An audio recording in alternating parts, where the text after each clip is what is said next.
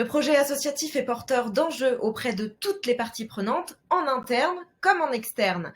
En interne, il permet de fédérer l'ensemble des acteurs autour de ce projet. En externe, il permet de faire connaître le projet porté, de sensibiliser les parties prenantes à la spécificité de l'entité et donc d'accroître son attractivité. Le projet associatif est un accord entre différents acteurs, élus, salariés, bénévoles, sur 1. La vision, qui est la description du monde tel que l'association le rêve. Un monde idéal, rêvé, mais atteignable. Une utopie réalisable, si vous préférez, qui peut concerner la planète entière ou une ville, un quartier ou encore un immeuble. C'est la raison d'être de l'association et sa visée transformatrice à long terme. 2. La mission, qui exprime la manière d'agir pour tendre vers la vision décrite, comment le projet associatif contribue à résoudre les problématiques sur lesquelles il est positionné. Et 3. Les valeurs sont les principes éthiques qui gouvernent l'association dans ce qu'elle est et dans ce qu'elle fait. Les mots qu'elle choisit lui donnent son identité propre et un système de valeurs autour desquelles elle entend rassembler. Mais ce n'est pas tout. Une fois élaboré, il faut faire vivre ce projet associatif. Le projet associatif a pour vocation de servir d'ossature au plan d'action de l'association. Ces actions doivent être en adéquation avec le projet associatif. Il faut donc régulièrement réexaminer cette cohérence. Alors, assez parlé, comment y parvenir? Nos témoins vont partager avec vous comment ils ont fait pour faire vivre leur projet associatif. Qui êtes-vous? Quel est le domaine d'action de votre association? Bonjour, je m'appelle Michel Marcizet, je suis le directeur général de l'association Envoludia depuis maintenant 13 ans. En tant que directeur général d'une association importante, de taille moyenne mais importante du secteur médico-social, environ 580 professionnels, un budget de 35 millions d'euros, une vingtaine d'établissements et services essentiellement en Île-de-France, travaillant dans le domaine de la paralysie cérébrale. Nous y reviendrons dans le petit texte suivant. Ma fonction, c'est d'être à la liaison entre la gouvernance associative, qui elle-même est sous l'autorité d'une présidente, d'un conseil d'administration, puis d'un bureau opérationnel avec lequel je travaille en collaboration étroite, et de l'autre côté, d'animer, de diriger l'organisation professionnelle de l'association, c'est-à-dire, pour ce qui me concerne, en prise directe, un comité de direction composé de 5 personnes, moi-même un directeur général adjoint en charge du patrimoine et du budget, une directrice des ressources humaines, 2 directrices d'un service que nous appelons le service des opérations et de la performance, en réalité de l'offre de services et de la performance, dont l'objet est d'assurer l'ensemble des projets liés à la qualité d'accompagnement des personnes que nous accueillons dans nos établissements. Et enfin, j'ai en relation hiérarchique directe les directeurs des établissements de l'association, une dizaine de directeurs aujourd'hui. Qu'est-ce qui vous a motivé à mettre en place cette bonne pratique? Alors, ce qui a motivé Envoludia à enclencher le travail sur un projet associatif. Alors, d'abord, un petit saut en arrière, je pensais qu'il y avait une question intermédiaire sur l'objet de l'association, la paralysie cérébrale et donc les handicaps neuromoteurs et associés, troubles intellectuels, sensoriels, cognitifs, etc., à ces handicaps d'origine périnatale qui se traduisent par un handicap lourd pour les personnes accueillies. Vous trouverez vraiment le détail de tout cela sur notre site internet. J'ai mis le lien en bas d'écran. Je reviens à la question elle-même. Ce qui nous a motivé à mettre cette bonne pratique, suite à une évolution de taille importante au cours des années 2012-2013 liée à une fusion avec une petite association de notre association, notre changement de nom à ce moment-là, le besoin de fédérer 2 équipes de gouvernance d'histoire proches mais différentes, le besoin de ressouder et une communauté professionnelle autour d'une même définition de projet, et puis surtout le besoin pour ces équipes de gouvernance de définir ensemble ce qui allait être, pour ces années de construction nouvelle de cette association qu'ils construisaient ensemble, eh bien un projet sur lequel construire à la fois une harmonie en termes d'équipe de gouvernance commune et à la fois un objectif de travail pour la direction générale et ses services, le siège, les directions opérationnelles, une feuille de route tout simplement au cours des années qui viendraient. C'est la première fois que nous nous lancions dans cette histoire de constitution d'un projet associatif, et ça a été un élément très fort, presque fondateur de notre culture commune. Comment vous y êtes-vous pris ? Alors, notre première expérience, lancée en 2015, donc, s'est faite, je dirais, avec une certaine improvisation. Alors, dans un contexte de rapprochement de deux équipes de gouvernance associative, avec un seul directeur général qui reprenait la main sur les deux entités professionnelles, le travail accompagné par un consultant qui était celui qui nous avait accompagné déjà dans le travail de rapprochement des deux organisations associatives, a consisté principalement à se mettre d'accord, au fond, sur une espèce d'état des lieux des objectifs de l'association tels qu'on les imaginait, et puis des marges de progression que nous pouvions lui apporter. Ce travail s'est réalisé principalement entre les nouveaux membres du conseil d'administration réunis et le directeur général, après tout de même quelques allers-retours d'information auprès des directeurs du comité de direction. Au bout de 5 ans, les limites de cette première approche ont été d'abord l'absence d'un plan d'action et d'objectifs, voire d'indicateurs opérationnels de la réalisation de ce plan d'action. Et on en a tiré la leçon. Et puis le deuxième manque a été quelque chose d'un peu trop auto-centré sur l'équipe de gouvernance, et nous sommes en train de retravailler sur la nouvelle étape, un nouveau projet associatif pour les 5 années à venir. Et cette fois, nous le menons de manière beaucoup plus participative, en y insérant dès la préparation un groupe incluant des administrateurs, un groupe incluant des familles volontaires, un groupe incluant des professionnels de toutes les strates professionnelles, et un petit groupe de cadres de l'organisation, ce qui permet, bien sûr, j'oubliais, et d'usagers de nos établissements, ce qui permet d'avoir enfin quelque chose de beaucoup plus collectif. Quel conseil donneriez-vous à une association qui voudrait la mettre en place ? Alors les conseillers, en n'étant jamais les payeurs, je vais profiter de l'occasion qui m'est donnée pour donner plusieurs conseils, et bonne chance à ceux qui auront à les mettre en œuvre. Les conseils. Premier conseil, prendre le temps vraiment d'un accord approfondi entre direction opérationnelle, gouvernance associative. Définir vraiment, grâce à cet accord, à ce travail pour parvenir à l'accord, définir vraiment une vision commune de ce qu'est l'association, de ce qu'elle veut devenir. Avant même de la décliner en termes de projet associatif, il faut vraiment associer très fortement ces deux légitimités. L'une qui est la légitimité politique, qui en plus pour une association comme Envoludia, une association de famille, est renforcée par la place de parents que sont ses administrateurs, et la légitimité professionnelle qui nourrit la possibilité de réflexion qu'il était par les considérations réglementaires, techniques, technico, et par les grandes évolutions du champ professionnel, pour nous le médico-social, et ce point-là est à mon sens fondamental. Le deuxième conseil, c'est d'ouvrir les portes et les fenêtres le plus possible une fois que cette vision est affichée et est assumée.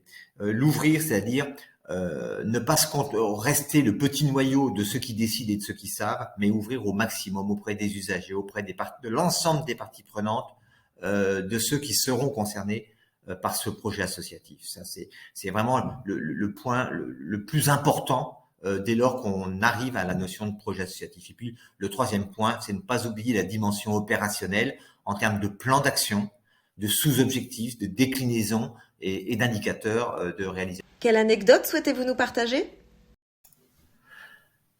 Je n'ai pas d'anecdote au sens propre à vous transmettre, mais en revanche, un point fort de l'expérience que nous venons de vivre par le séminaire de préparation du nouveau projet associatif que nous avons mené dans la manière où je l'évoquais, en associant des familles volontaires, des professionnels, des usagers et des administrateurs et des cadres dirigeants. En tout 70 personnes au cours d'un samedi. Eh bien, pour cette mobilisation, nous avions fait le pari de réunir le plus grand nombre possible de contributions des professionnels de nos établissements, donc une vingtaine d'établissements dispersés en Île-de-France. Pour cela, nous avions lancé une communication auprès des salariés au printemps dernier, comme une sorte d'appel à contribution organisé autour d'un petit logiciel qui s'appelle Klaxoon, qui permet de mener des mini-groupes d'équipes avec le principe de post-it où les bonnes idées sont recueillies, classées par catégorie, etc., etc. Eh bien, nous avons réussi à mobiliser 368 contributions de professionnels sur un total de près de 600 professionnels, ce qui est quand même un score dont nous sommes très fiers, et réunir 630 post-it différents, alors beaucoup pouvant être redondants, etc. Mais ce qui prouve bien que quand on fait appel aux personnes concernées dans l'action même de cette menée du projet associatif, eh bien, les parties prenantes, pour là les professionnels, ont pu se mobiliser et se retrouver ensuite dans le séminaire qui a resynthétisé l'ensemble de ces contributions. Il en a été de même pour les familles. Plus de 25 familles de parents d'enfants en situation de handicap se sont mobilisées un samedi entier sur ce séminaire. C'est pour nous vraiment une preuve plutôt de réussite dont nous sommes très contents. Qui êtes-vous ? Bonjour, je m'appelle Véronique Molinaro, je suis présidente de l'association Envoludia qui gère une vingtaine d'établissements accompagnant des personnes en situation de handicap concernées plus particulièrement par la paralysie cérébrale, mais également les troubles neuromoteurs et neurosensoriels. J'ai intégré le conseil d'administration d'Envoludia en 2019 à la suite de la reprise de l'établissement de ma dernière qui est handicapée par l'association Envoludia. Donc en début en tant que simple administratrice, puis en tant que secrétaire de l'association en septembre 2020 et depuis le mois de juin 2021, j'en ai été élue présidente. Sur le plan professionnel, je suis dans le secteur associatif depuis désormais 13 ans, après avoir fait un parcours dans le secteur dit lucratif des grandes entreprises. Aujourd'hui, je suis membre du comité de direction d'une association œuvrant dans le social, plus particulièrement la réinsertion des personnes qui sortent de prison. Et également, j'ai 3 autres mandats d'administratrice, toujours dans le secteur du handicap. Et ça, depuis fort longtemps, j'ai eu plusieurs mandats qui changent au fil des ans. Le choix d'Envoludia, au-delà du fait que c'est l'association qui a repris l'établissement dans lequel est ma fille, a été porté par le fait que c'est une association de famille avec une communauté d'acteurs déjà existante, dont l'engagement de tous est l'ambition de donner à nos enfants la vie la meilleure possible. Et cette ambition, elle a été créée et portée depuis l'origine de l'association par des familles extrêmement motivées qui souhaitaient vraiment que les enfants en situation de handicap puissent vivre le mieux possible. Que pensez-vous de la mise en place de cette bonne pratique ? 4 points pour vous dire combien je trouve très importante cette bonne pratique qu'est l'élaboration et la mise en œuvre d'un projet associatif. Tout d'abord, c'est essentiel pour construire la communauté d'acteurs, c'est-à-dire les administrateurs, bien évidemment les professionnels également, mais également les familles et les bénéficiaires de l'association, donc de manière à ce que cette communauté d'acteurs puisse se construire en harmonie. Deuxièmement, c'est très important aussi parce qu'elle permet de fixer un cap, une ambition partagée par cette communauté d'acteurs afin qu'elle puisse se projeter dans l'avenir en tenant compte des aspirations et des missions de chacun. Troisième point, c'est un outil essentiel pour l'articulation au niveau de la gouvernance, que ce soit la gouvernance associative, comme le bureau et le conseil d'administration, mais aussi la gouvernance opérationnelle, qui sont représentés en général par la direction générale et le comité de direction, et parfois plus largement par un siège. Et dernier point, la construction d'un tel projet associatif et son suivi sont autant de moments de rencontre pour partager les évolutions et les évaluations de la trajectoire que l'association prend au fil des ans. Quel rôle avez-vous joué dans cette mise en place ? Mon rôle dans l'élaboration du nouveau projet associatif de l'association qui est en cours a été celui d'une coordinatrice, d'une facilitatrice et le fait d'être garante de la mission sociale de l'association. J'ai proposé une méthodologie qui a été soumise à validation du conseil d'administration, méthodologie fondée sur le participatif, accompagnée par un consultant et en 4 étapes. D'abord un appel à contribution large sur des thématiques que nous avions travaillé un petit peu en amont, puis un séminaire ouvert à tous qui a réuni 70 personnes, dont à peu près 30 familles et 30 salariés. Nous allons, à partir du matériau sorti de cette journée de séminaire d'octobre dernier, avoir une nouvelle journée de séminaire avec l'ensemble des directeurs des établissements et du conseil d'administration et du comité de direction. Enfin, un comité de rédaction qui va se constituer dans la foulée pour une soumission du projet associatif à l'Assemblée générale de juin 2022. 2 compléments sur lesquels aussi nous avons beaucoup travaillé et sur lesquels je suis très attentive. Premièrement, dès le mois de janvier, à l'issue de cette réunion de travail entre conseil d'administration et directeur et comité de direction, de pouvoir définir dès à présent des indicateurs de suivi de la trajectoire, peu nombreux, faciles à trouver et à renseigner, afin de la réajuster si la trajectoire que nous avons identifiée n'est pas la bonne, puisque c'est pas quelque chose qu'il faut faire à la fin du projet associatif, mais au cours de sa mise en œuvre. Et deuxièmement, dès la validation au mois de juin prochain, de réfléchir toujours avec un consultant à un plan d'action opérationnel qui sera écrit et élaboré par le comité de direction et l'ensemble du management de l'association. Qu'est-ce qui vous a plu dans la façon dont elle a été mise en place par votre association ? Ce qui me plaît dans la mise en place de cette bonne pratique du projet associatif, qui est toujours en cours chez nous puisque nous sommes à peu près à la moitié du parcours qu'on a défini. D'une part, c'est que c'est un outil très important pour embarquer l'ensemble des acteurs de l'association, notamment à l'occasion de moments de rencontre comme la journée de séminaire d'octobre dernier, qui a permis à tous les acteurs de se voir. Et c'est aussi des moments où certaines personnes de l'association peuvent prendre la parole. Je pense notamment à nos résidents adultes qui peuvent nous donner leur vision et leur souhait de ce que pourrait faire l'association, mais aussi des salariés de terrain qu'on n'a pas l'habitude d'entendre quand on est au conseil d'administration ou au comité de direction. C'est aussi un moment très important pour réfléchir, pour sortir la tête du guidon et de l'opérationnel quotidien. Alors là, c'est vrai que l'opérationnel quotidien concerne bien souvent plus les salariés, mais pas que. Dans un conseil d'administration, on a parfois aussi de l'opérationnel de gestion à avoir qui laisse moins de place à la réflexion. Donc la construction d'un projet associatif permet d'avoir ces temps de réflexion pour se projeter dans l'avenir, en tenant compte à la fois de l'évolution de l'association, du secteur, mais aussi de notre société.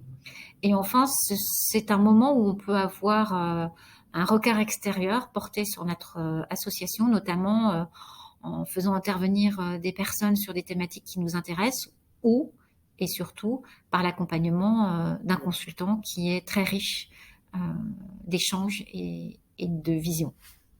Quel conseil donneriez-vous à une association qui voudrait la mettre en place ?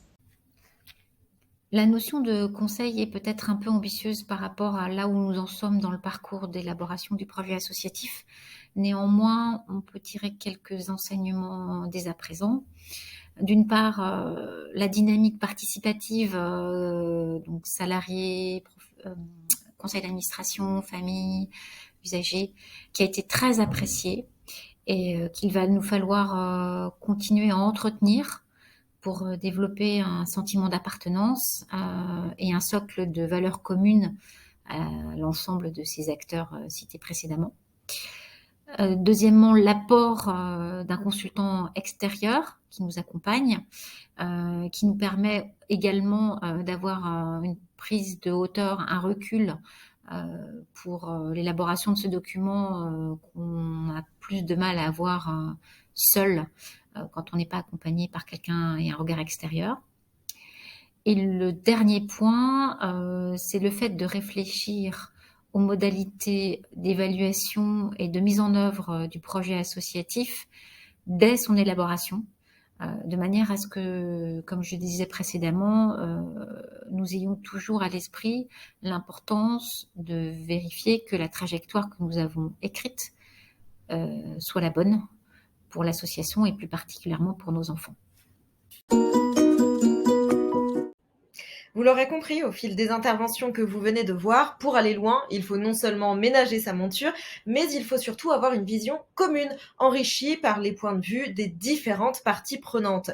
Le projet associatif ne peut pas être défini que par un petit groupe de personnes. Cela demande de prendre le temps de s'y arrêter, même si l'on est pressé de changer le monde. Alors oui, il est nécessaire de récolter les volontés et les avis de tous. Cependant, dans la pratique, les choses ne sont pas si simples. Il y a ceux qui n'ont pas forcément l'habileté pour traduire en paroles ce qu'ils ont dans la tête. Et puis, il y a ceux qui n'osent pas. Et souvent, ce sont ces voix qui manquent cruellement à la bonne élaboration d'un projet global. Une solution peut être le recours à une personne externe, à un consultant, comme pour les entreprises, qui, par des entretiens individuels, pourra recueillir les avis de chacun et par des travaux en groupe, mettre en relief la substantifique moelle d'une vision commune. Il s'agit d'aller voir ce que l'association a dans les tripes. Alors, je vous préviens, c'est parfois douloureux. Établir un projet commun, comme pour tout accouchement, c'est merveilleux, mais ça secoue. Il s'agit aussi de mettre le doigt sur les points de divergence et mettre à jour les frustrations. C'est faire le point pour mieux avancer ensemble. Alors, je suis moi-même membre du CA d'une association nommée La Chance qui promeut l'égalité des chances dans le milieu journalistique. D'abord basée à Paris, l'association a essaimé en quelques années à travers la France et tout d'un coup, on s'est aperçu qu'avec ce changement d'échelle, certains ne se reconnaissaient plus dans l'association. Il a donc fallu rabattre les cartes et pour cela, une consultante nous aide. Le travail est d'ailleurs toujours en cours. Enfin, sachez que le recours à un consultant ou une consultante ne siphonnera pas forcément les comptes de votre association, car cette action peut être totalement prise en charge par le biais du dispositif local d'accompagnement par exemple. Renseignez-vous.